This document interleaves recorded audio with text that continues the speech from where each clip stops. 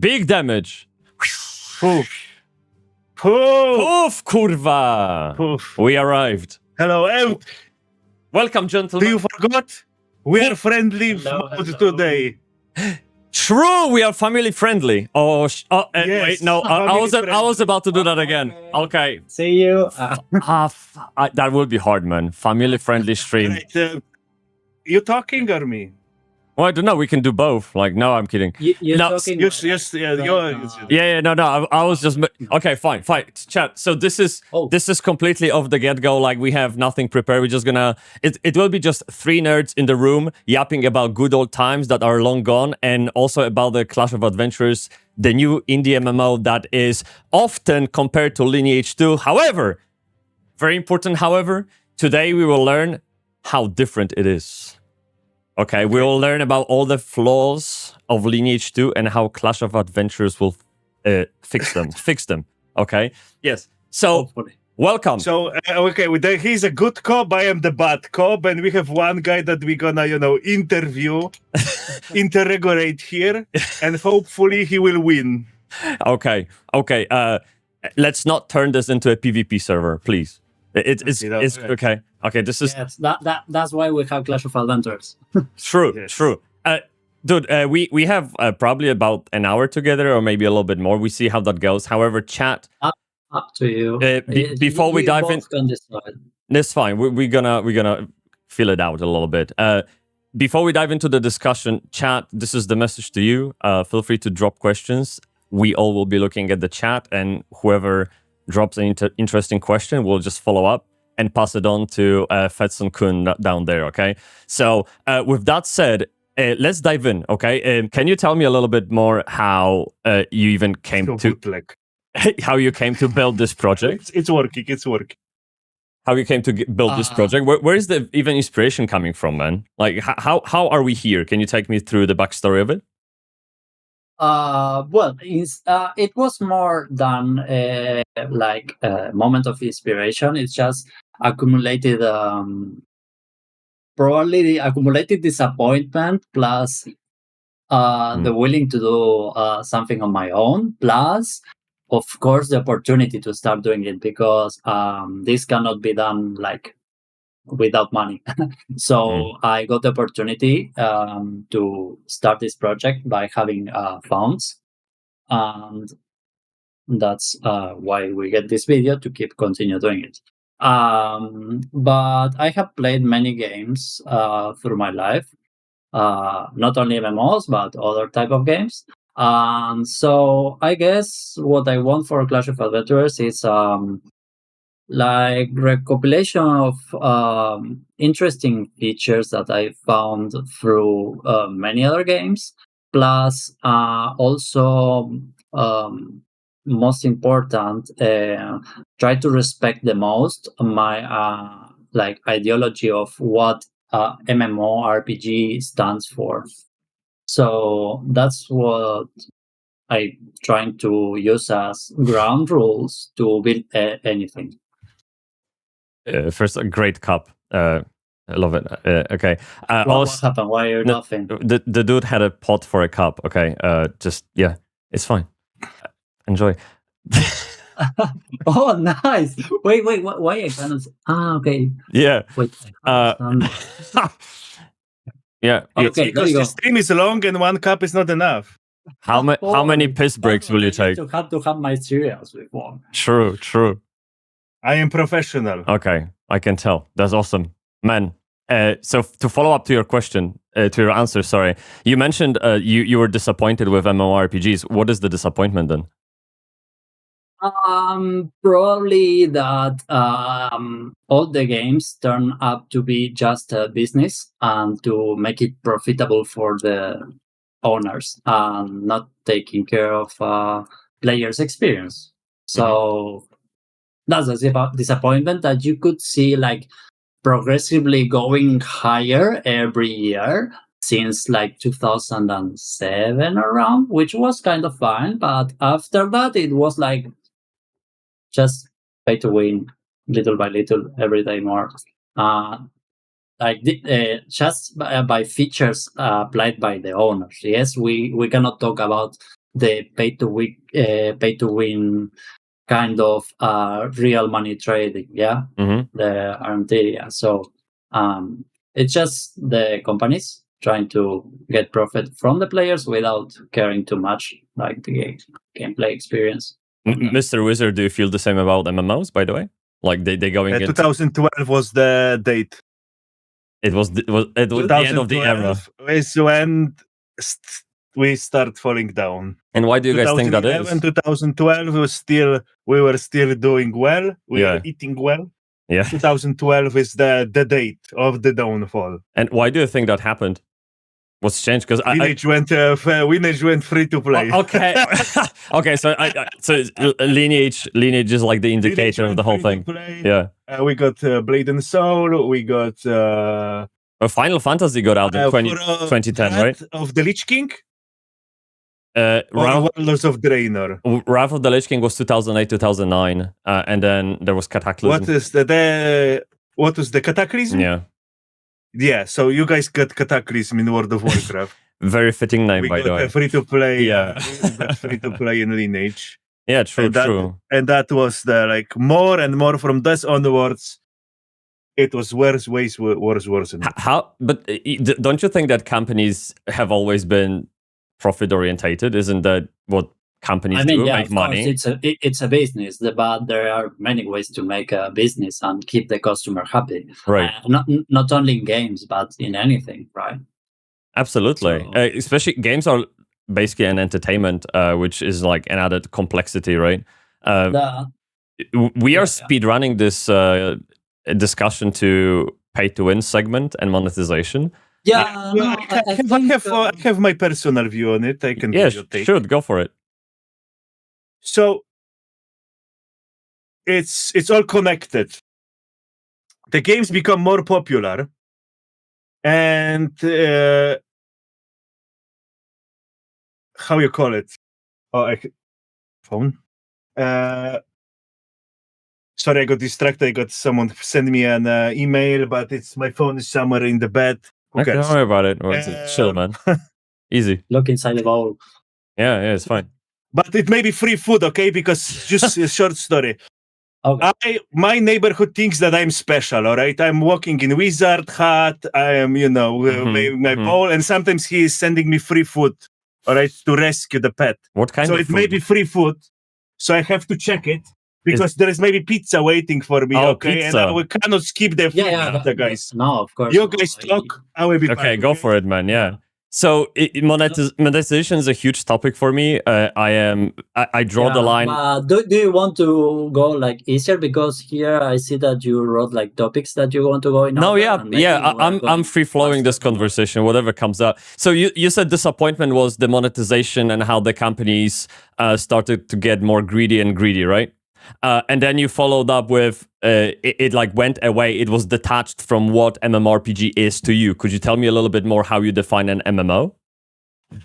Well, by the same cycle.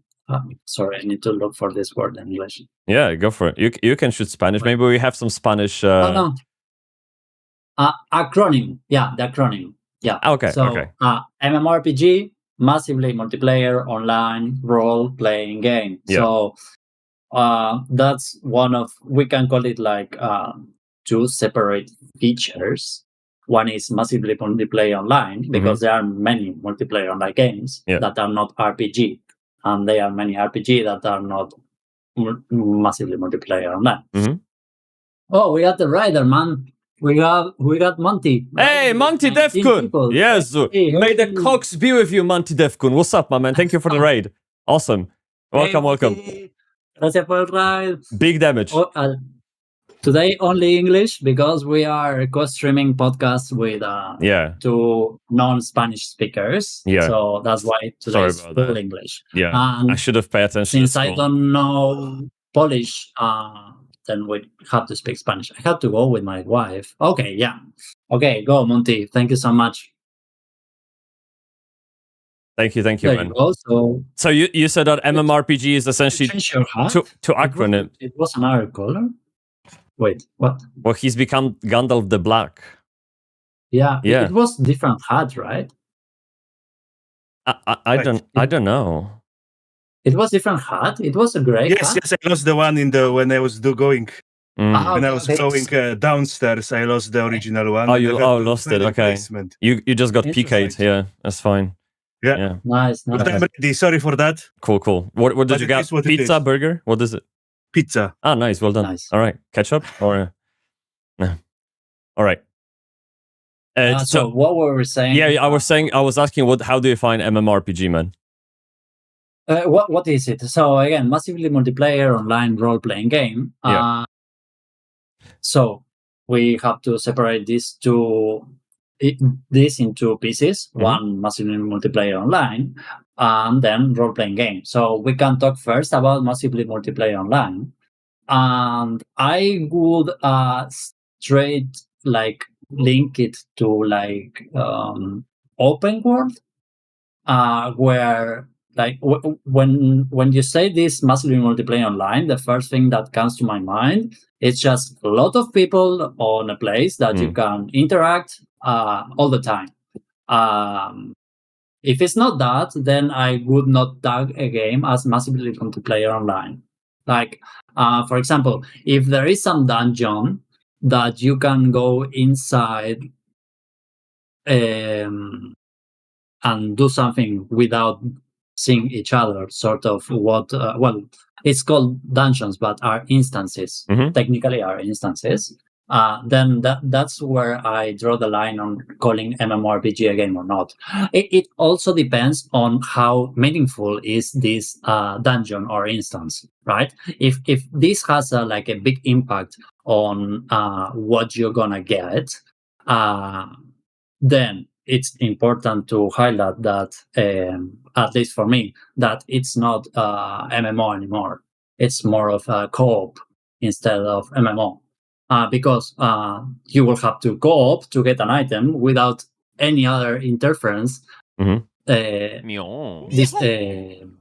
Rather than PvE, which is like the raid boss, right? Like you go to a dungeon, you go with your party, you kill raid boss, you get this item that will help you. That's it. The only challenge is the raid boss, nothing else. So it's just co-op PvE. It's not. You're not interacting with other players. But the way I would expand on that definition, that part at least of MMO, is that the world needs to be persistent. I think this is the key word. So when you log out, the world just moves on without you. That's the way I see MMOs. So if there is any game that is like instanced, for example, like you have Soulframe. It is. I think that's why we have this MMO light definition, which is, walking the fine line of the persistent world and instanced world, where you can join other people's sessions. But if we're talking about real MMO, just like we remember Lineage 2 from those big, big scale, a big scale wars, then yeah, to me, this is a definition of MMO. Thousands of people just doing something together. That's awesome. Another thing that I want to highlight that maybe it's done more now than then, because Lineage 2 before was kind of okay, and is that nowadays they encapsulate where you can fight. They tag it as open world or whatever, but hey, you have this box where you can fight, but when you step out that box, we are all friends. And for me, it's okay. You have safe zones like cities and something guarded that you can apply some game lore to have logic on why they are safe. But then when you are outside, it should be more like jungle role, right? Yeah, true. Sort of. So that's what I was trying to. So if I understand you correctly, just like in Lineage 2, you leave Jiren, and now everyone can kill you. That's literally what you're going for. Yeah, exactly. I saw that, for example, Throne Liberty downgraded that. I literally connect Throne Liberty with Lineage 2 because it's like the Lineage 3. I can tell you history on that. I am on point with this. The only thing they have in common is the company behind it. Yeah, exactly. But no, it's more. The whole player base was expecting upgrade of Lineage 2, but what happened is it's you cannot kill anybody only in specific places. That's the main thing, and you have the instances as well. Yeah, but yeah. Was the story behind Throne of Liberty then? Throne and Liberty is like, first they have like 5 developers leave the studio 2012, stole the assets, made their own line. NCSoft sued them. They got the company itself, the Bluehole Studio, didn't get a fine, but the developers got the fine that steal the assets. The source. Okay. So some code or source, I don't know exactly, because it was reported by some Kotaku, and they don't know nothing, but it was apparently some source code plus assets, like the animations and so on. Right. Then they decide, let's do the game in style of Lineage 1, so isometric. So they rebuild the game to be isometric, like Diablo style. And Lost Ark show up. And Lost Ark was ready. Lost Ark was very well made. And they said, oh, oof. So they rebuilt what was for PC, and they rebuilt it into mobile. And that's the second. And then this was left, was rebuilt for the 3rd time and made Throne and Liberty. Oh, wow. Out of this. Okay. Out of this transformation. Yeah. You can feel the result of that. You can find the reference, you can find the textures inside the Throne and Liberty that were like referring Lineage. It's crazy. You think we're getting... I think I made a video on my YouTube channel, you will find it. 10 references. You can paste it here, but no. It's like ancient, I will have to look it for 20 minutes. So that's why this game was like really conflicting each other, you know, it was very... conflicting mechanics, conflicting designs put together on Rush, because it was like transformed itself like 5 times. Depends on the times, depends on the market needs, and it is what it is. Do you reckon we're getting Lineage 3?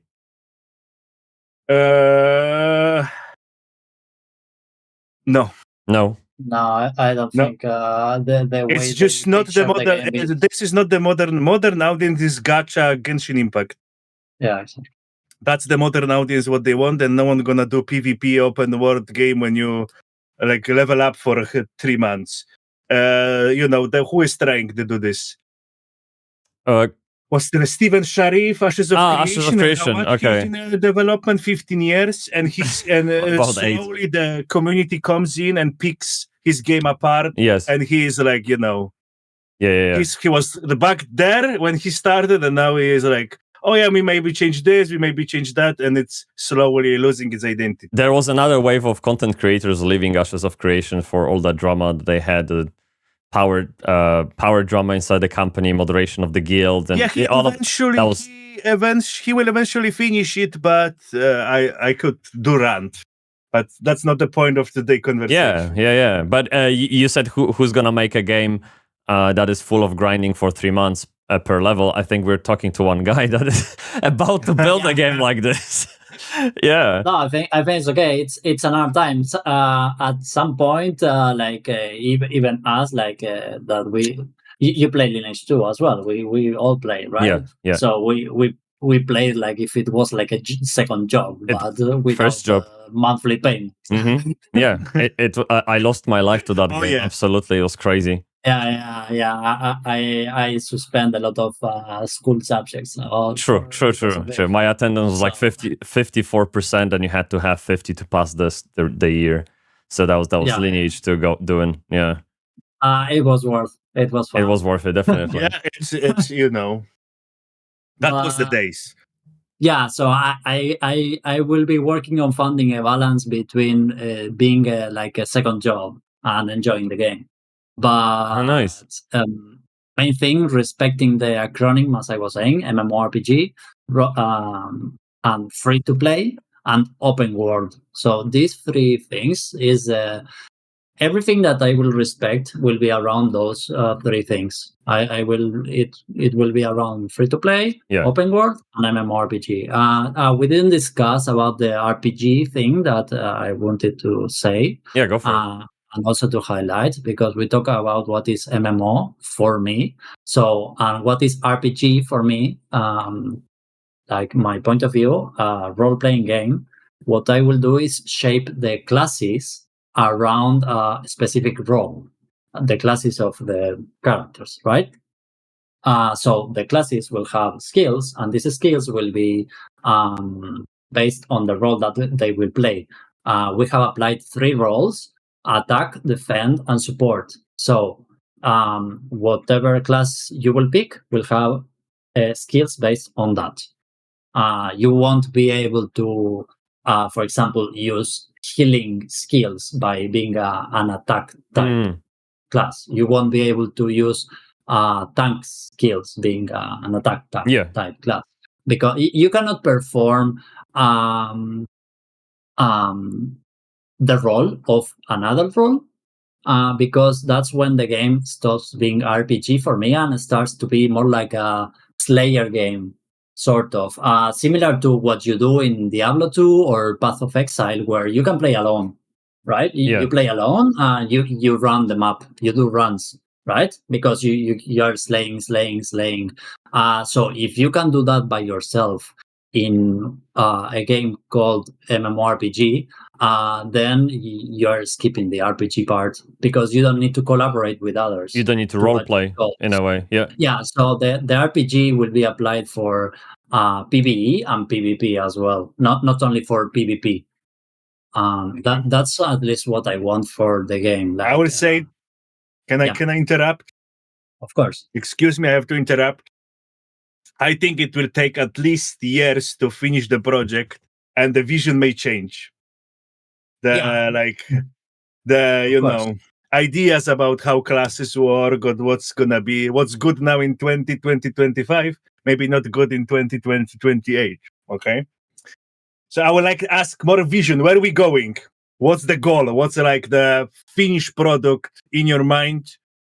How the finished quality? Product what's your aim for? What's the quality? How many players you want it to be? Like, what's the final goal? The goalpost. Where are we going? But the goal is very far. It's like asking to the World of Warcraft owner, what's the goal? Like when it's ending. Like when it's ending, you should have idea in your head how good you can make the game, because you can make it as good as you want, but it will take time. Okay. Yeah. I think how far you want to take it. I think if you could tell us what version 1.0 at least is in your head. No, I can tell you the plan that I have in long term. Okay. What's gonna happen? So currently we are developing what I called pre-alpha stage of the first version. In calling it in Lineage 2 words is like First Chronicle. We call them sagas, since we have limited resources. What I decided to do is, instead of having like 5 initial races with 5 initial environments, quests, skills, or something, we will have only 1 initial race, which is the humans.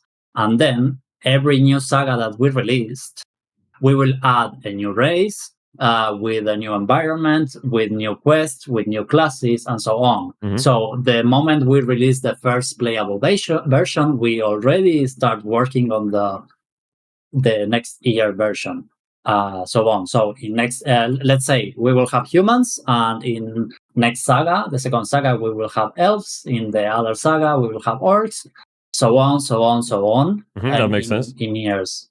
So that's technically we already have the structure to support all the sagas. Like let's say tomorrow, I get, I don't know, 5 million euros or whatever money to be able to craft the environment for 5 races. Then we already have the structure to make so.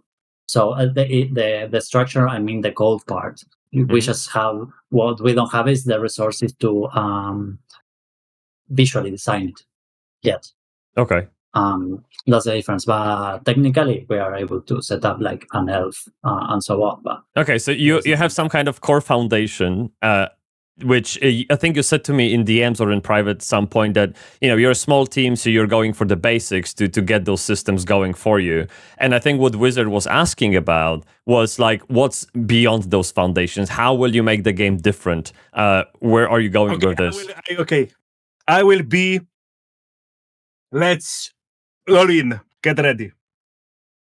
There is 5 dudes in Ukrainian basement. Okay. And they rebuilt entire Lineage in new engine, in engine 4. They did 20 years, right, or something? Yeah, it took like 7 years. They just copy paste 7 or 8 years. Engine 4, yeah. And it's exceptionally well made. They like, I couldn't tell if this is like rebuilt. They made it up to level 60. Game is complete up to level 60. Everything works. Animation redone. And it gives me the original MMO experience. Yeah. All right. And the graphic is all right. Only the combat is kind of wonky, but the balance is improved. Everything is why I would play your game instead of, the illegal version of I have option to go there and I have 15,000 players and I have experience that you try to deliver. What's your game gonna do better? That's a good question. Why should play your product? Why I should download it and play it? First will be legal game, not illegal copy paste. So because I also before doing the company, I question myself: shall I do a private thing like that? Because I also logged into that product, and it's exact same meshes, animations. Yes, but it's all the same. Sorry, it plays well. They did it well. Yeah, exactly. I mean, they just copy paste. So. So back to the question. What we will do, we will respect what I'm talking about, the free-to-play MMORPG acronym, which, in my opinion, Lineage 2 kind of respect it, but it's boring. When you play, for example, Buffer, the only thing you do as support is just stand and stare your team doing something. Also, another thing is that Lineage 2 has, in my opinion, bad game design and crafting, because it's all the time pushing you to create alts or collaborate with others, which is great. But if there are people who don't want to collaborate, then you are screwed. So one way to fix that, we will introduce professions. So everybody will be able to craft anything. We split the professions into 5. Jeweler, alchemist, blacksmith, how we call this in Spanish, in English, Tailor. Tailors, yes. Yeah, sorry. the Spanish and English is mixing in my head. And the chef. For example, some outputs of the chef will act as buffs. It's not going to be only food. It will give you some buff. For example, stamina regen and stuff. HP regen, mass XP, whatever. We will rebuild it in the future. We already have some basics on how that works already.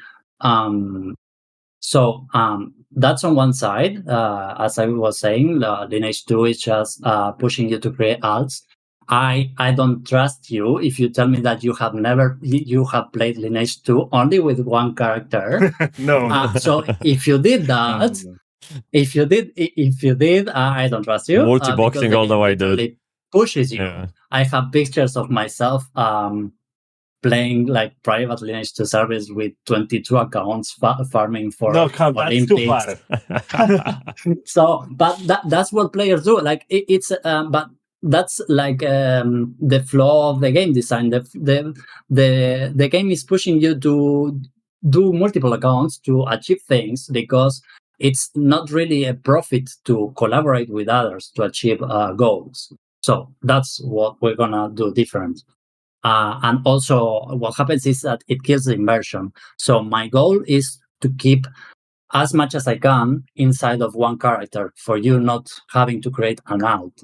if you want to create an alt, it's because you want to change your role. Like you create your attack class and you say, I'm tired of attack class. Then you have to create a new one to play a support, for example. So that sounds like what RuneScape is doing, one character per account.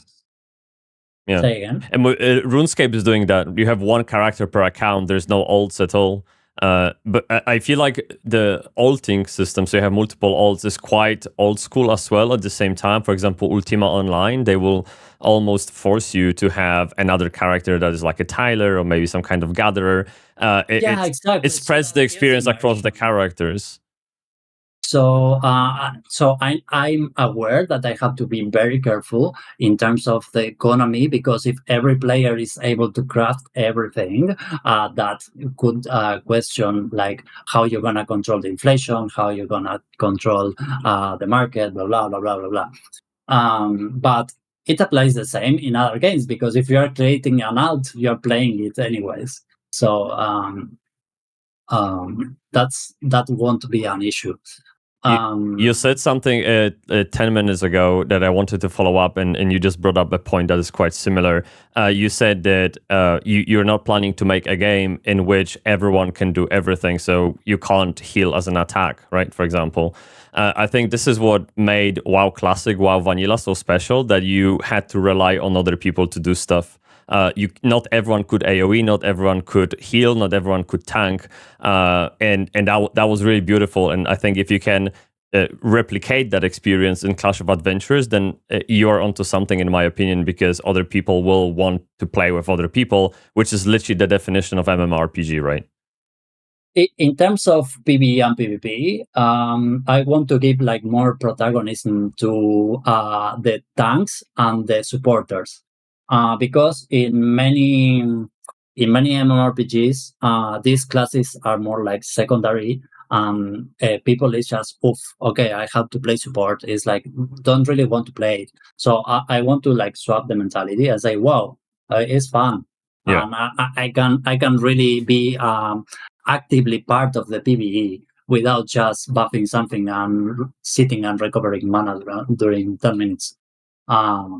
Instead, like let's make since we're talking to Lineage 2 about Lineage 2, to make a simple example of what I mean is, for example, the surrender to something attack, like surrender to water. So from my point of view, I would like that skill to be of the supporter, not from the DPS. So the supporter would take the surrender to water because it's a debuff, and the DPS will do DPS. But if the DPS has the debuff, why you need a supporter? So that's killing it. Interesting. In Ashes of Creation, you can do this kind of mix of talents and skills. For example, when a mage drops some kind of Frost Nova, then Lightning Strike does double damage or whatever, right? So it is a kind of a dependency between characters as well. So that's pretty cool. All the buffs, debuffs, and restore should belong mainly to the supporters.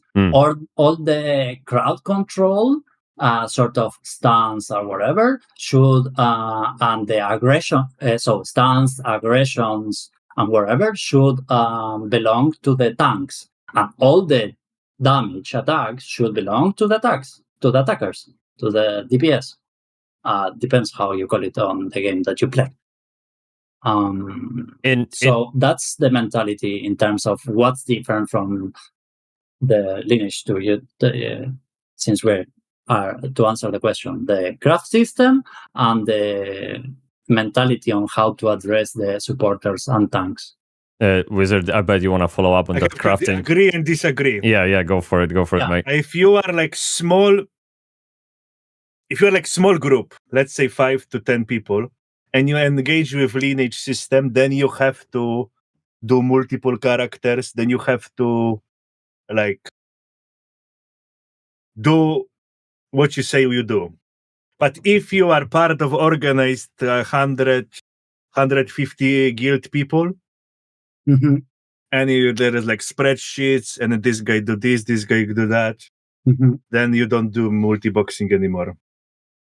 And the system is actually amazing. But now having 100 people guild those days that don't explode and there's no drama, and they're like, that's the thing of the past. The crafting in Lineage is amazing, but if it's like split on the guild, everyone is, talking to each other. There is like plan, we do this, we collect this, and it's like feeling of the community. Yeah, exactly. Yeah, but it only works when you have 60, 80, 100 people with you and you are part of the big organization. Everything that is small, 7, 10 people are outside the treadmill and they have to do multiple accounts. Yeah, so this it's is like what so I like it, but I see your point. This is what I said about second job. Yeah. So if we apply the logic that I want of everybody can craft, it will be like easy going to do it rather than having to be more like very structured on what to do. But if you're able to craft it, then you can go on your own pace and not necessarily belong to a guild, because you will eventually find other people that have your own pace as well, and you can join them. But yeah, I mean, I do used to love what you mentioned, because I used to play on what you mentioned, where I have like specific tasks to do, which was fun. Like, okay, you go this, and my task is to defend this spot, so other doesn't come while you are farming this, blah blah blah blah blah. So that kind of game, it's I think 15 years ago. Yes. True. So sadly, so what I want to recreate is a more like an easygoing way to experience that. The journey. We're missing now the journey. That you build slowly. Everything is meaningful. Now, enjoying it. Now leveling doesn't matter. First day max level. Yeah, like rush the content, hit the paywall, put the money to the company, and try to have some fun until there is another paywall. You just described Throne and Liberty, basically. Yeah. Throne and Liberty max level 6 hours and then pay to win. I just played Throne Liberty only to check the environment design and everything. It was quite nice. It was. Yeah. The environment is really the details on the armor, environment. Yes. Some of the animations were okay. They were like cute. As a side note, I always wonder. It was amazingly bad, but you see, like they put effort. Yeah, the music, the environment. You see the whale. There was an effort. Yeah, I found just the mechanical part of the game. All the systems were awful. It's sad because you have like visually nice product, but it's so easy to screw it up with bad game design. So yeah, but I hope I answered your question. And it's not a miraculous answer. But it's monumental job in front of you. Are you hoping? Yeah, dude. Yeah, I was aware a long time ago, but as I always say to the people that are watching me, I do have more fun trying to achieve the goal that I'm saying than playing other games. I'm having fun while doing it. So it's like when you are grinding your game, I'm just grinding mine. So cool. For me, it's enjoyable. It's not like exhausting to be on PC. You can even check my streams. I have sometimes like 14 hours of stream developing and chatting with people. Holy shit. And for sure, you played 14 hours some MMO. Oh, yeah. Easily.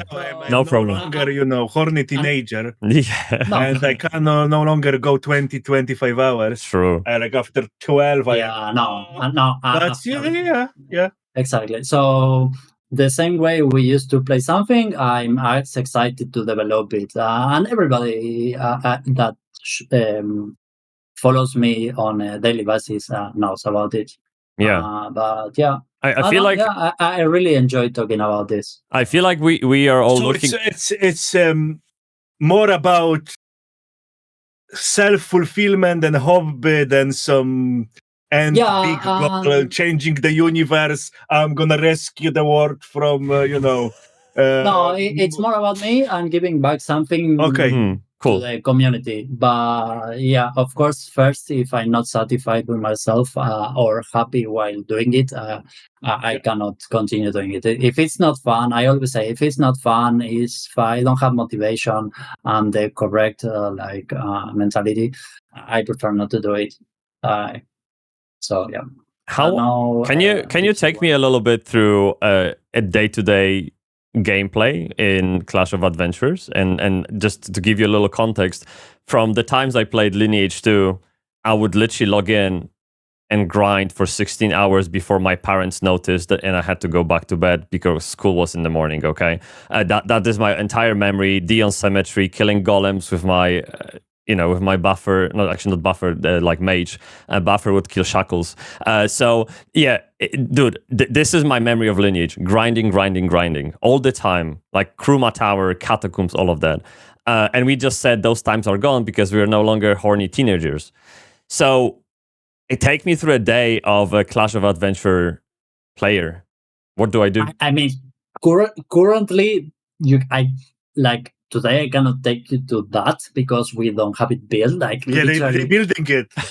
They're still building it. We have fundaments now. All right. Yeah, I'm asking for the vision. Yeah, we have. I will tell you. For example, right now, Alan is developing the quest system. So we don't have a quest system yet. Alan is developing it, like the framework of it, to be able to then create this quest or so on, so on. But mainly, my goal through the whole game, as I said, is to collaborate with others to reach goals. For example, go hunt somewhere, but the hunt, I don't want the hunt to be just to be on the same spot during a lot of hours just getting the item. I want to add more variants to it and more purposes around it, because one thing that we can do, one thing that we can add now is a gathering system, which I found it entertaining. So despite of being just hunting, the gathering system will be around. Daily quests is also going to take part on it. And what I want is, like, if player goes hunt, let's say 1 hour, it can grab like one quest. It will be walking to the place where the quest take place, but in the meantime, you can do things. I don't know if you remember, but in Lineage 2, usually you pick a quest and you just go straight to the quest. Doesn't matter the rest because quest is better. What quest? So I want you, like, from point A to point B, in between, to be also profitable, and you can explore. So it's a bit of a mix. What we were talking yesterday, Bybsie, about like side quests in World of Warcraft, that when you walk from point A to point B, you have 50 quests that you can do. Yeah. So for me, that's like a lot, like very overwhelming. So I will try to find mid-term or a balance between nothing to do and a lot to do. So that combined to having to play as a team, like not being able to be in a spot alone, not only because DPS does the damage and then you have the support that applies the buff and the tank takes aggression, but because it's also open world again, right? Like before, somebody can come from behind and PK you, literally. We still do not have the PK anti-PK system, but we already have it.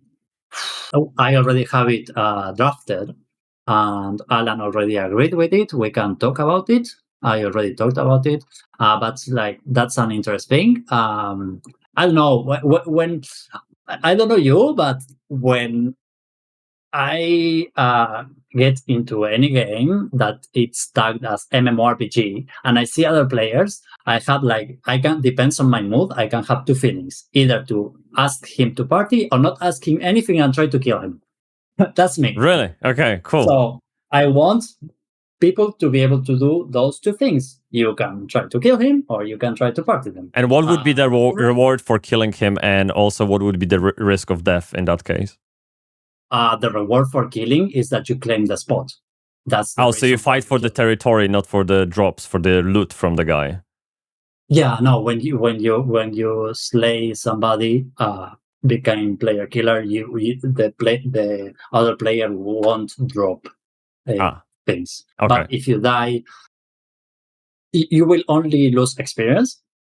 You might down level if your experience is short, but you won't drop anything. The only way you can drop anything is if you were not PK. Like if you die from a fall or from other monster, yes, you can drop things. I see. So you can level backwards in the game. So if you keep dying, fantastic. That's my type of game. Perfect. But what you keep, it's we added like Diablo 2 that you can distribute attributes like between dexterity, strength, constitution, mentality, intelligence, or wit. So every level you get 1 point that you can distribute as you want, and that point remains. Yes. In the future, we are planning to add like rollback of that, so you can redistribute. Yeah, that's more or less it. Let's put a pin for a second. We have some good questions in the chat. I've been like peeking at the chat all the time. Yeah, peek and ask. Yeah, one question I had from Balok is this game supposed to compete with big MMOs or be more of a niche project? So MMO tag competes with MMO tags. Unfortunately and fortunately, I will be competing with NCSoft on other projects because you, as player, you unconsciously are going to be comparing me with other MMOs. That's a fact.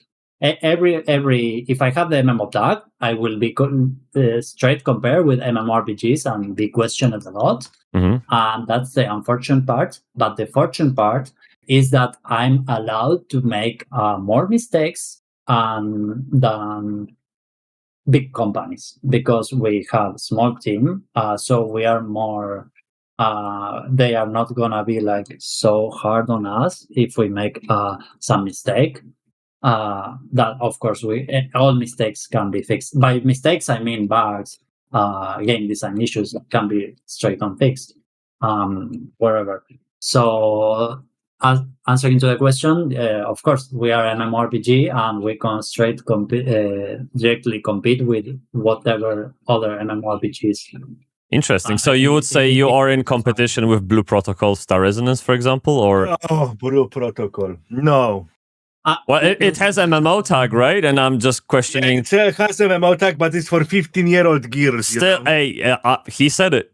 It has MMO tag. It's in direct competition. So I'm asking if that's true. When you type directly, you were asking me about what do I expect in the game. I want to screen share. Go for it, dude. To you guys. One moment. Just to you on Discord. So you understand what I'm saying. Okay. It's for everyone now. Yes, for everyone. Doesn't matter. Is it okay? Can I show it? Can I show it?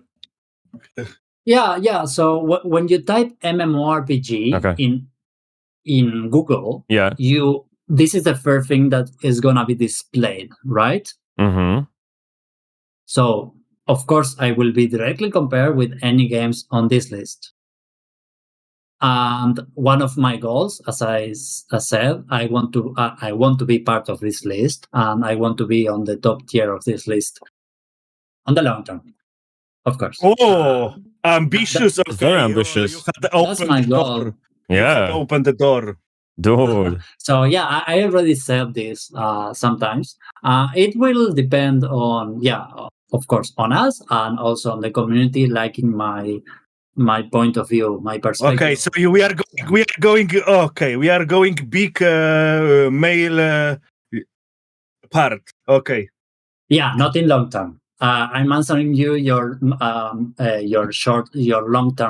answer question about where we're going. Where we're going? You're going for S tier MMORPG. This is. Let's go! In the future, of course, yes. Hell yeah, dude! I love the ambition. Okay. But as I was saying, if we open the door, then we are in. All right. How much time we have? However much you like, baby. Yeah. Up to you. I did want no time restrictions, yes? Well, we said about an hour, but however you like. Or we have to go somewhere else. No. In my case, no. The only thing I would really want to ask you about is monetization of the game, as in how do you I will finish my idea because I want to interrupt by pizza about the monetization. Okay, sure. So yeah. There is two main problems why we got where we are.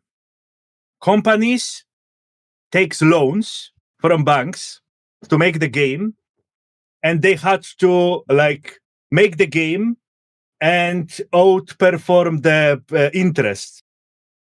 So let's say you borrow 1 million, and there is you have to pay 2 million back or 1.5. That'd be bad, dude. Yes. Okay. All right. Yeah, that's or 20%. So they had to, because the games become more and more bloated with stuff, and there is regulation, everything, it costs more and more to do them. So they chasing. They take loan, and they have to, and they have to make the game. You borrow 300 million. Okay, the game have to do 500 million because you have to pay the loan, you have to pay the your workers, you have to get also yacht. That's thing. That's the culture of borrowing money from for the investment. That's one thing that gets us here. Second thing that gets us here are the macler option. I don't know if I translated right to the English. It's you become CEO of the company, and you have 4 years, 5 years is your time that you are there. Prime. Yeah, is your prime, and how much your company does, you're gonna get on shares. So you don't care about the future of the company. You don't care how the company gonna be seen in 10 years, 15 years, or how the game will perform. You want to maximize profits, and after 4 years, you're gonna get cash out in options, and you go to your private island, and you don't care anymore. Yeah. And these two, I think, those two factors out on the side of the companies activated this chase after more. There is Ion have 2 premiums and 2 battle passes. Ion 2 next. Yeah. And currency exchange, RMT built in. Complete maximum chase after it, And from the consumer perspective, it's games are everyone play games now. There is huge audience, and you're gonna, even if the people that know how things works, there are maybe 10%, 15% people that are aware, and 90% people are unaware, and they just I see a funny game, I'm just gonna play it. I'm just gonna spend $10 on this outfit, and and that's how they get us. There is not enough how you call it, conscious customers. That makes sense. I know what you're saying. Yeah. And the responsible consumers, conscious, that say, I'm not gonna spend it. This is not worth, the value is not worth it. Yeah. That's my take on pay to win. It's always hard when you get funding from external stakeholders involved, because you have to, as you said, pay back the investment, right? And and that's what they do. That's to speed up the growth. To competition, anyone else just pump, and the wheel have to spin. That's the thing. At some point, you have to decide whether it's profit or integrity. As an indie company, you don't have to worry about profit much. You're fueled by passion. Yeah, but the time. But then exactly, money buys you time, and it takes a lot of time to make good exactly. So if you're taking money from outside, that outside will want something back, and now you are between hammer and an anvil. Okay, but if you want to be master developer, if you want to be on the list, another question, because Unreal Engine and its like rules have like all of those social issues, how you call them. They have the points, about it's about the political angle. All right, how is your do you gonna develop your game with that in mind, or you gonna ignore it? What do you mean by political? All those like feminist stuff. We don't like it. We woke stuff. DEI. Those days. Yeah. In Unreal Engine, like rules and Unreal Engine, those epic games, they may pressure you. So let's say you're gonna introduce lady with with extra features. She have a lot of she have a lot of assets on her, and the epic game is gonna say, Mister, this lady has not aligned with our values. All right, we paid you some money. It's not aligning with our values. What you gonna do? You're gonna like, oh, Mr. Epic, okay, or you're gonna say, no, that's for my players. In first instance, I don't think we have the resources to make that, because, for example, what you are saying involves a more costly asset, plus also requires, for example, animations, like jiggling effects. Technically, in order to move the muscles of the player, it requires a more high poly character. So that goes a bit against the performance required by MMORPGs. But I don't think that technically we are able to reach there in the short middle term. I think whenever we reach that point, I will be able to discuss about it. I will interrupt quickly on the point of resources to make bigger assets happen. Is that really true? Do you need millions to increase the volume of assets on a woman or in the game? No. I would say just no. It's just performance hit. Performance. It's performance hit. People. He wants. I understand the. It's because it needs a lot of polygons on the character. It hits graphic card hard. And then you have to spend. But Lineage 2 is perfect. What do you mean? It's bro, it's wooden. Come on. Okay, but it's better than nothing. Okay. Wooden sticks. I know what he's asking. She's going. There's it's better than nothing. I think the shoes, like the hand, have more polygons than the entire Lineage character. Exactly. Probably right. Yeah. The thing is, I don't know any games with the amount of players that Lineage 2 or World of Warcraft can handle that has big amount of polygons on the characters. I really don't know how... tell you, I will stop. Throne and Liberty handled well. Yeah, how many polygons? 1,000 people. We had 1,000 people on the action, on the siege, and I got like 30 frames per second, 25 that's insane. Per second. Really good. Experience, 20, 30, like that. 1K people, and 4080 GTX RTX 4080 and 8-core CPU, 32 GB RAM. That was my spec then, and it was like high 4080. Yeah, that's like a lot. So my goal is to make it more accessible, like people with older hardware, so they can play the game. Okay, we got Yes, exactly. My goal is to try to grab the bigger audience as I can, and like the hardware of the player not being an issue. So if I bring the nice assets that you want, it will become an issue. Sort of. I prefer to disappoint you a bit and let more players.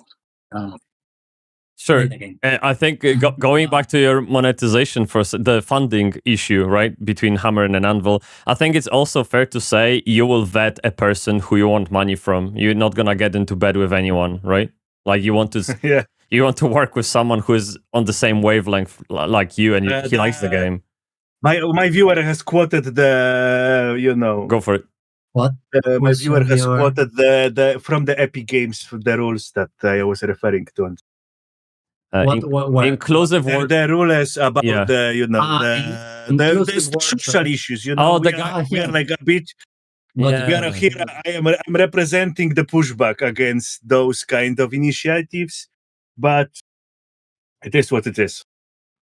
Yeah, that's why I was asking. Quick question: are you on Kickstarter with the game? The people keep asking about Kickstarter. Nice question. We are not allowed to be in Kickstarter or GoFundMe because our company is founded in Cyprus. So Cyprus is not. Five head dude. That's my guy. Yeah. But we are allowed to be in a platform called Indiegogo. So we will be doing stuff there. In the meantime, if you would like to support us, you can do it through Patreon. Okay. We do have Patreon. It's just Patreon Clash of Adventurers and it's there. That's the only way to support us through. Okay. How will you, if staying on the topic of money, how will you monetize the game then? If it's free to play, what's going to happen there? Yeah, so it will be all based on cosmetics and items that do not affect the balance of the game, similar to Fortnite and League of Legends. In terms of skins, rather than top tier weapon that will kill everybody. Animations. Yeah, I mean, we can talk a long way about this, but we can say animations. You have understanding what's good, what's bad. That's it. Sure. Yeah, I will say emotes, effects. Yeah. Personally, I will say no skins. If I made a game, that's gonna happen in future. No skins because the visual progression is also important. Dude, you spend time, you put effort, and you go inside the city, and everyone's like, who's the boss? Yeah, dude. Everyone should know, this guy big damage is the one that is on the server. He is the one. True. Exactly. And if you introduce the skins, everyone is special. Visual progression. No one is special. I agree with you. Yeah, I agree with that. That's why we might add the factor of what you are against to things like mounts or pets. But in terms of, however, we don't have that planned for the first saga. Yeah. But I will try to implement it as soon as possible. But let's make it. Let's make a simple example of what you could pay. Let's say in the future you will be able to mount a horse. So to explain you, a horse increase the speed of your character technically, right? So if it increases the speed of the character, you have advantage over other player. So I cannot let somebody pay for the mount. Yes. So the mount has to be obtained by the game. If the mount is obtainable, I don't know how to say it, sorry. If you can get the mount through a paid system and not from playing, then it's for me a pay to win feature. Sure. So that's this. That makes sense. So in this case, you will have to do like a quest or buy to another player or whatever. And then when you have a mount, what you can do is purchase, for example, when the mount is walking or wherever, it will leave a trail. Let's say, for example, so you can buy the trail effect, for example. Just to make a scenario of what I want for cosmetics. And yeah, of course, I don't want you log in the first day, Clash of Adventurers, you pay €100 and you get this skin that brightens the whole, whole screen and say, wow, but this guy is... Yeah. You're saying this guy is level 100 or what the hell? Yeah. So yeah, of course I don't want that because also the perception of the player to another player. It's sort of gameplay aspect of it. Like if you see when you see somebody or you're going to fight somebody, if that looks like really strong, you might choose not to hit it. But if you choose not to hit it only because of the cosmetic, it's a game design flaw. Yeah. In terms of how you implement the cosmetic, right? So I don't want that. I want what sorry. How do you prefer to call you? Because you have two names, division. The wizard. Call me wizard, and that's it. Just wizard. Okay, so I aim to what wizard wants for games in terms of when you see somebody and it looks strong. It's indeed because it's strong, not because it's a nice skin. Yeah. Okay. I do agree with I just don't want you to go down the route of Guild Wars 2 where the best looking items are obtained via cash shop. It's disgusting. I have to play Guild Wars finally, but I cannot go through this. Yeah, I will be there to support you mentally. Yes. Go bad immediately. Yeah, you better prepare for lots of emotional damage. Yeah. That'd be lots of work for you. But yeah, so okay, cool. To me, visual progression is very important, and just like Wizard mentioned, like you have the minute someone over the top lightning like aureolas that completely blast you, and you like enter the city, and there is like a huge ball of lightning, and everyone is like whoosh whoosh whoosh, and you don't see like what is this? True. That's the worst. Wait, there is a guy here in the chat asking, nobody knows, they've been talking for 1 hour, nothing been said, only wishes. I have my chat is like 4chan. Okay, I collect the worst element of the internet. This unmoderated, complete chaos. You don't expect anything productive from my chat. They have like enlightenment once per half hour sometimes. Is the first other than that, just like yes, good man. I'm sorry. Some of questions came from your chat, and they were really were legit about Kickstarter, all the competition. That was your chat, Wizard. Well done. Yeah, that's awesome. They are just into their main goal is to make me suffer. Like they love to. Oh, ain't that cute? Like going through some stupid games and make me get angry. That's sure. It. Yeah. I did have a question about something you said. I completely skipped my mind. In any case, I think we can slowly wrap it up. I do have... Okay, I'm going to be honest with you. What I'm going to do, you may not agree with that, but I am also on track, all right? The more things going to be revealed soon, but I am also on mission. But I will tell you something. I'm sorry. What I think. We are dying species. We are like, they should create some kind of, like the place when you like put us and the people come and watch. Oh, that were the days. We are dying species, okay?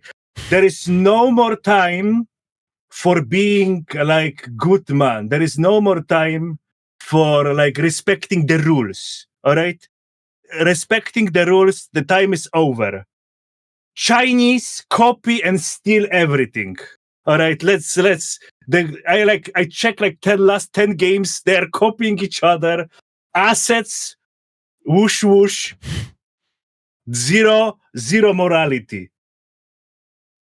Entire AI business, the big money now. What they do? Bot crawling entire internet, copy books, copy assets, train the models, and sell them for big money. All right.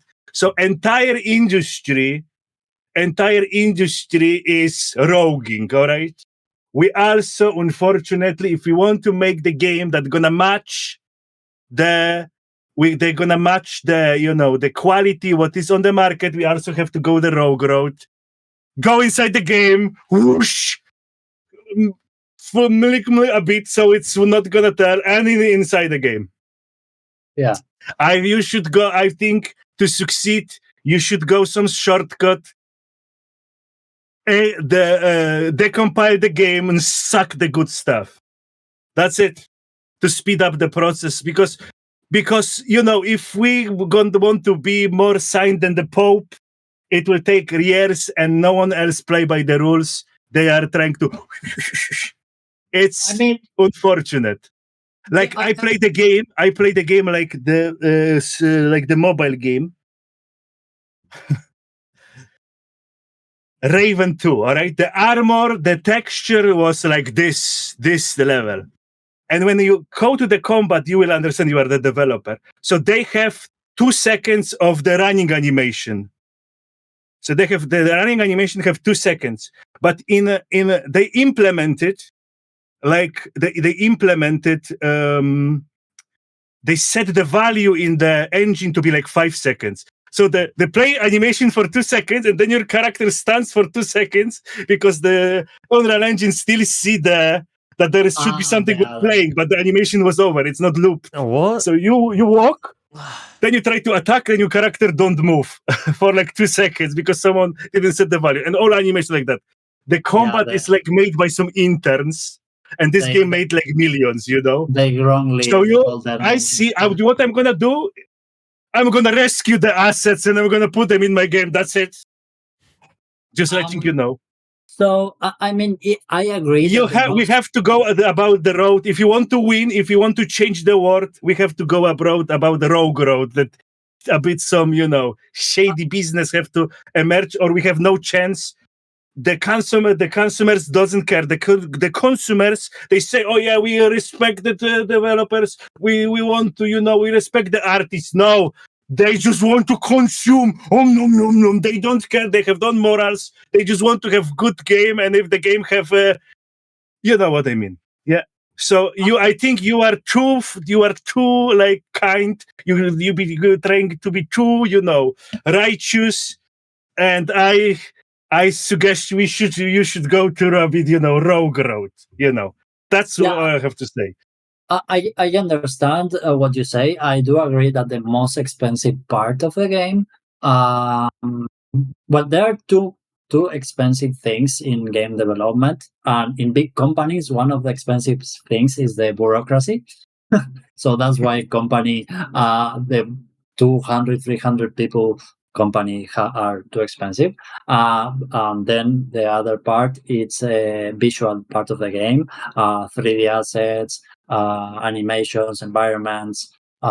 Effects are not expensive. Literally, I can do any effects I want if I spend little money. But our current wall, I would say. Sorry. I'm not gonna say that you should. To answer my question, just letting you know what my opinion is, okay? Don't feel like you have to like admit, I just do something. No, okay. No. What we cannot rogue, we cannot, however you want to call it, is the coding part, which is, I think, the important part. Because I think, look, for example, Minecraft. It's so simple, and you still can have some fun. Probably more fun than in other MMORPGs. Currently, I think the most important job is the one that Alan is doing. And in case we get any more incomes, it will be proportionally distributed on the technical part of the game rather than the visual part. Because currently we have like enough 3D assets from the Epic Games Store that is now called fab.com. I don't really know why they changed the store. It was great. Now it's just very crappy. I don't care even if they listen. It's true. They all know it. I do what we do is get assets from them, and other assets that I don't like how they are, I develop it by myself. Or we hired a third-party source to do so. If I cannot do it or something, for example, our characters, the pawns, the characters and the armors are done by us and outsourced.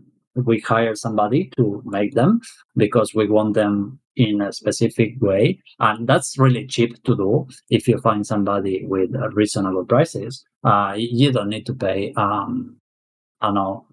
50K to get a nice character, or wherever you can get like reasonable prices with reasonable quality. And back to what we talk about performance, right? Like currently we are having like our characters are between 30 to 40K polygons.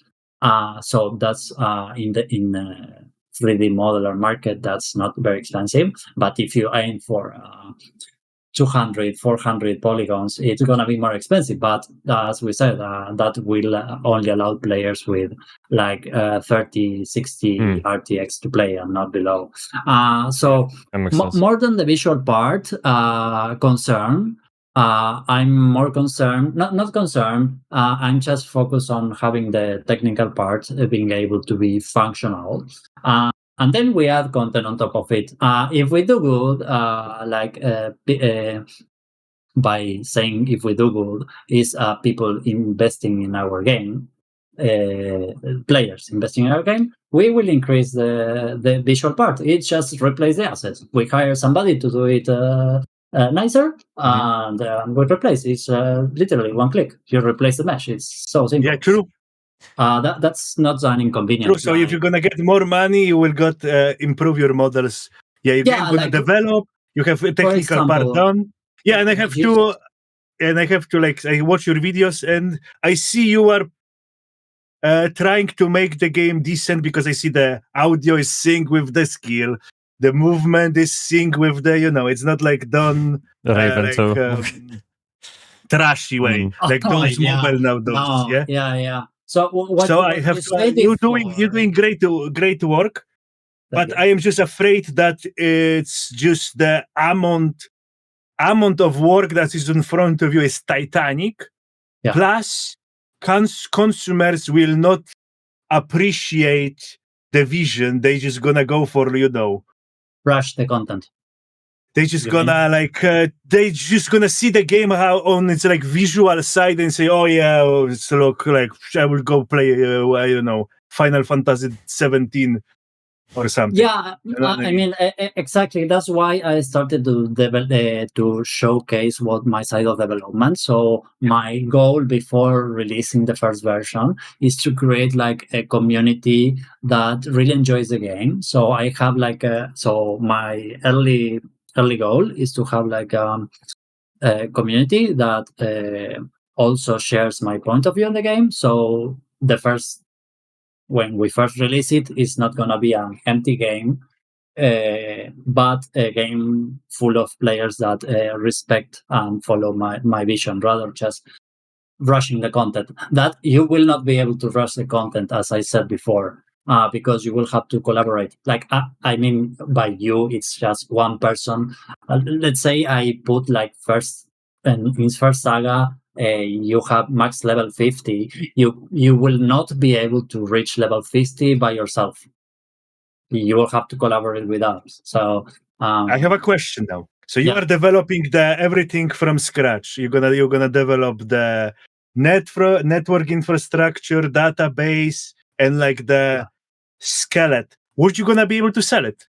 Like I would say, okay, I will give you this much and give me the code part. Would you be like your solutions? What is this? They're gonna be for sale? What are you trying to do, man?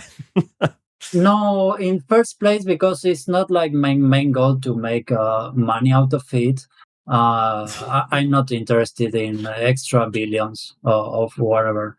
I already know people with a lot of money, and I'm not really into making just extra more money, just to have extra more money, I do prefer, as I recall a few minutes early, I do enjoy developing, and I hope I can keep live stream developing after first saga and keep sharing. So as you will be playing, hopefully, Clash of Adventurers, I will be... Yeah, well, I will give it a try, at least. Okay, I will give it a try. Yeah. If it's going to be like in a playable state, you're going to just let me know, hey, and I will give it a try. Can you tell us about milestones? Like when is the playtest planned, or some kind of schedule? So if you go inside my Discord, I will share my screen again. Go for it. Share screen, this. this. And so there are 2 ways of knowing when you can play test. Okay. I have this same thing that I have on Discord. I also have it on Steam. So whenever I complete all this list, I do perform a test with everyone that has a Steam key.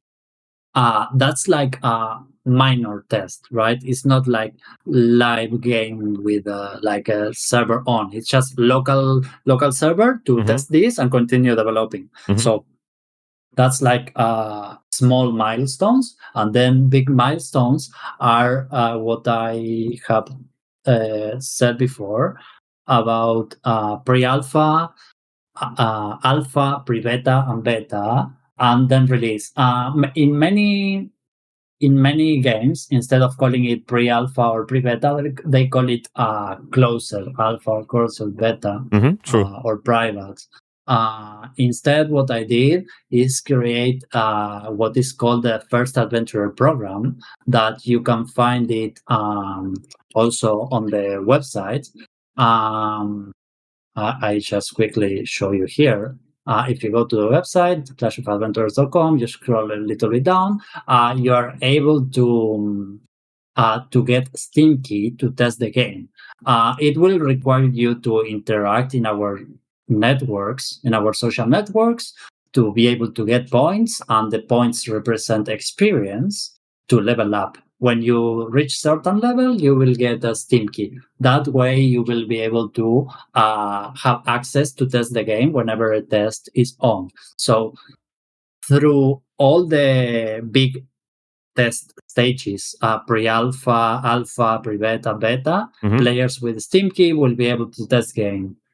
I'm yet still have like mixed thoughts on whether if I make fully public the beta or not, but I want to keep it in a way that players that have the Steam key is because they are interested in contributing positively and test things and help wherever, rather than just invite anybody and be a big mess. People not knowing everything about what's the game about, and it has like a high chances of people just trash talking. I believe you. Smart. I believe we all agree, because as we said before, agree. Only selected. Do not. That's the problem of Ashes of Creation. They are involving people in the development right now. They are in early access or something like halfway done, or so 30% done. It's alpha. They invited 1,000 people, and those 1,000 people keep sending feedback, and the target goal of the game is getting like it's diminishing. So, and it's also to respect the people that and they are just coming and they just demanding you to get a AAA game for free, and why it's that, and they completely do not understand the angle what the developer have to do. True. And this is the reason why I'm directly competing with MMORPGs, whether I want it or not, because people will do it. If I give access to you now and you don't know me anything, let's say you get a Clash of Adventurers Steam key, you never know me, and you log in into the game, you will say, what is this? Who is doing this? But that's the reason why I have the community and I stream. I also want to highlight that I'm not professional in any aspect of game development or anything. Whatever This is self-taught, but modern studies, you don't have to feel any like lesser than all of those specialists. No. After studies or something, no. Self-study from YouTube is now better than all of those guy with titles. They don't know. Try and error. There is all the documentation is fully public and free from Unreal, and I have the engine to be able to just break the engine to learn how it works. So for me, it's fully free, and whatever I don't know, I just the outcome matters. Your combat is better than some mobile game that I played already like a week ago, and the game was cost like 100 million, made 50 million euro, I believe. And your combat is already twice as superior to this game. I heard others saying that, but thank you. Yeah. But I try to make it as free as possible. Just funny just a fact. Before, when we were developing a prototype for the game, it was point and click, similar to Lineage 2. We decided to change to what you see now, which is WSD. Main reason of it is because in the future we aim to also have like a console support. Like PlayStation and thing. Literally now, multi-platform. That's the way now. Yes, exactly. Because as I said, it's a game, but it's also a business. So I need to try to grab as much as I can. But currently now, if you plug in your the controller, if you plug in this, no, satanic device. you are able to move. You can move nice. with it if you want. And hit skills. It's hard, but you can do it. But we will not have it. We are not promoting it because it's just you cannot interact. It has to feel good. Doesn't matter. It has to. You press buttons and monkey brain have to go and exactly. That's it. Yeah. So that's part of why we decided to move from point and click to WSD. It's just to grab more markets. I guess there is a confluence of things that make fun experience, right? It isn't just combat. I mean, people would say old school RuneScape is hella fun, and the combat is just, I mean, you click and it happens, kind of, right? So, but something else makes up for the difference. So again, it's all about the overall design and subcomponents that are playing a balance in there to provide optimal experience, I think. Yeah. Right. It's fun to talk about this. I like it. Sure. Sure. MMOs are always fun, man. Is there so to finish it off? Could you tell us what is your biggest fear in regards to the project? Fear. Yeah. What scares you the most about it?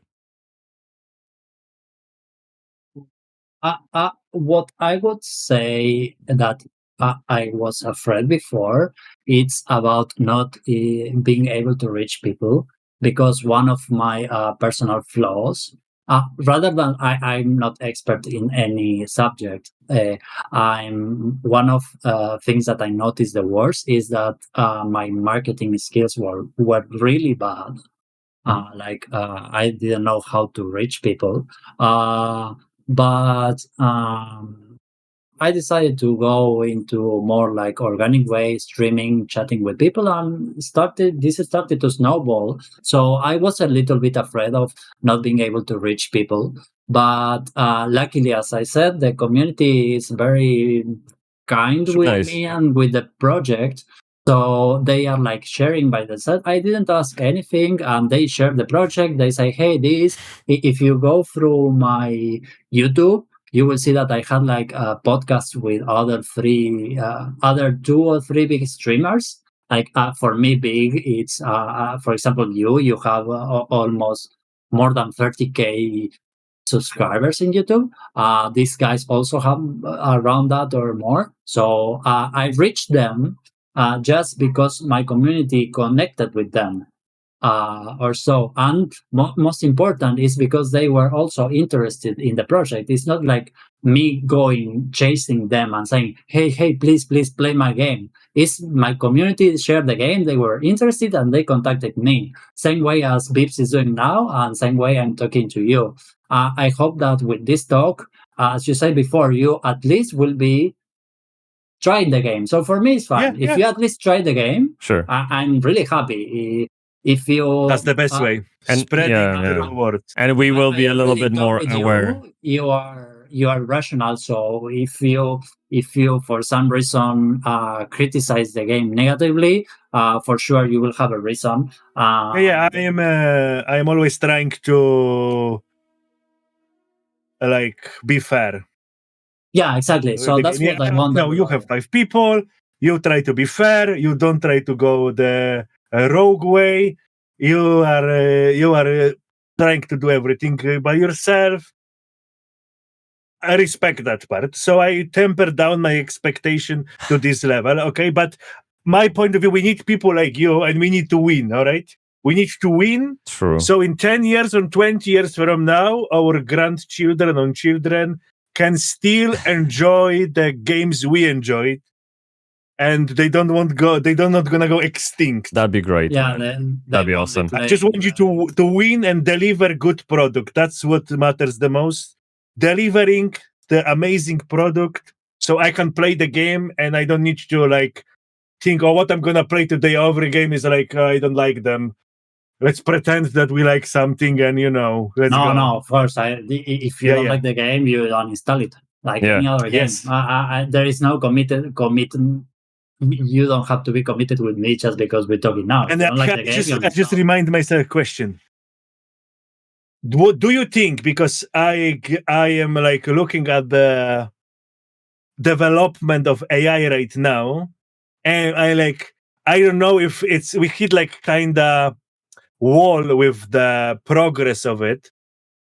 Do you think it will be hopeful in future development, or it's just gonna be bubble gonna burst and they're gonna pack the what you're talking about AI integration like in help of creating graphics, coding, and making your game better?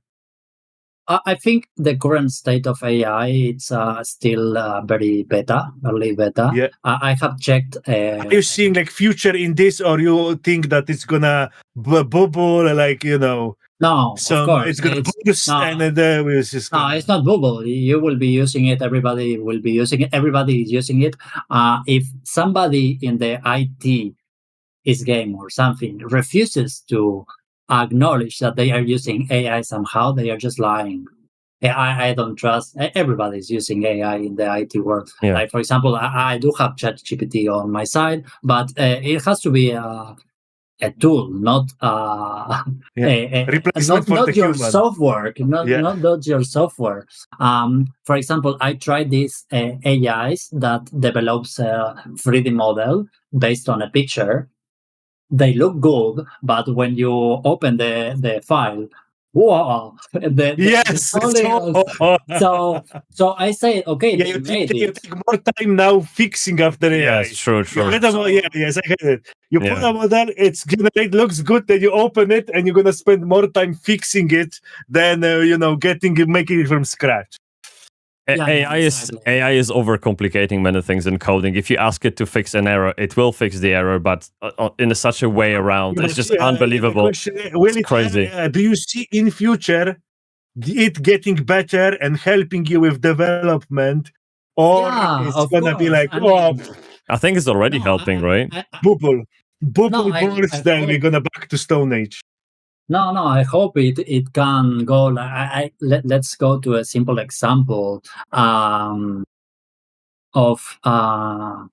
let's say NPC, a monster, can acquire knowledgement on how the players attack that NPC. So it will start developing different patterns based on how the players attack. There is already a game doing it. It will. MIR4, MIR4 or MIR3, something like that. This thing. Yeah, and they advertise bosses that have AI and they learn your patterns, basically. Yeah, but the only thing is that now everybody is calling everything AI. Yeah, it's. I don't think what you say is AI. Everything it's AI because it's artificial intelligence. We the Unreal Engine already has like AI, which is like the brain of the monster that it's deciding how to attack. Like it's a loop of try to attack, try to run, try to go back to spawn spot, do whatever. So this line of thought, it's AI because it's artificial intelligence thinking by itself on how to do simple actions. What I would call AI is what I said before. It's like this learning from like the monster itself building up features on having some kind of conscious, right? So so let's see, you run dungeons, and every dungeon around the monster is getting smarter, counter your techniques, and it will level up the dungeon. It will level up, but now it's harder, and it knows what you did before, and now it's countering it. But I don't think we. It's not anytime soon. Not in terms like function with one click that it does it, right? If you want to do that now, you have to hard code it, like code it by yourself, and it will take time. And I think what we think what AI is, because we think AI is just get something for free in 1 second and already working. And this kind of conscious is already available in, I think, Tesla bot, right? That's the whole idea. They put one out and it just learns. That's it. It learns skills. If you see like preview videos, how they train them, they literally put them in the laundry room and they tell it to learn itself how to fold clothing. And at first it's like super bad at it, but like a few hours later it actually manages to fold the t-shirt. So this is the kind of like a loop, right? So it's quite cool. Yeah. But no, of course. I think it's a tool under development. Same as at the end of the day, AI right now is the statistical model. It tries to just predict. But I would say it's alpha 2. It's very basic in a sense that it's just full of probability. It tries to predict what you want, and based on numbers, it just gives you the answer. I don't know if you ever use Gmail. It auto completes the sentence for you based on some kind of predictions and your patterns, right? It's nothing like superficial. It's not self-thinking. It's just you probably wrote that sentence before, so it thinks, maybe he wants to write it again. So it's quite basic still, but still very helpful for sure. Of course. Yeah. I think it will evolve, but not this year or next. Yeah. AI mostly tries to give answer. It assumes makes person it's answering happy. Yes, absolutely. Yeah. Dude, where are you? AI is going. Where are you reading that? I'm reading all the time. I'm reading chat, by the way. Most of it is talking. Most of it is just booba. So I'm skipping that one. Add booba. There you go. See, we missed it. Yeah, just as I called it. So okay, I think that sums it up. It was really nice, guys, talking to you. It's almost been 2 hours. This is really cool. Thank you, Wizard, for coming out of your Wizard Tower to talk to us. Thank you. Thank you for Fetson. It was a pleasure to meet you. I have fingers crossed. Yes, absolutely. I'm just afraid that the amount of the competition and the amount of work, amount of competition and amount of work gonna like make it flat, man. And I recommend going the way of of the rogue. Don't try to bite off more than you can chew, and you should be good. You can do anything you want. It's just the time. True. Yeah, absolutely. Absolutely. We already have a roadmap up to the first saga, so we already have like a bullet list of what will include. I will reveal it with time, but if you go to the website, it says roadmap to alpha, so I will be revealing roadmap to alpha, to pre-beta, but everything is already written down, like even 1-2 years ago. Mm-hmm. So we are not going outside of that list, because if we add more things into that list, it means like it's infinite wheel. You chase Star Citizen. That's the list. In how long is Star Citizen is in the development? 12 or so? If we add something, we have to take something. True. So, well, you can iterate on the game infinitely, so take it easy, man. Stay strong, all right? Keep money close to yourself, because you're going to need it. And again, thanks, guys, so much for the talk, and I look forward to another one. Thank you very much for inviting me. I hope I was cool. And chat, thank you for posting all the messages, and I hope it was somehow helpful to you and interesting, okay? Like, I know we missed on boobas here and there, but some questions were really good, so thank you very much for asking them. And you can talk to Fetson more in his Discord, so feel free to join him and follow up, all right? So thank you, guys, and we can despawn now, all right? Okay. Yeah. Thank you very much. Thank you, guys. See ya. Thank you, Poof. Subscribe.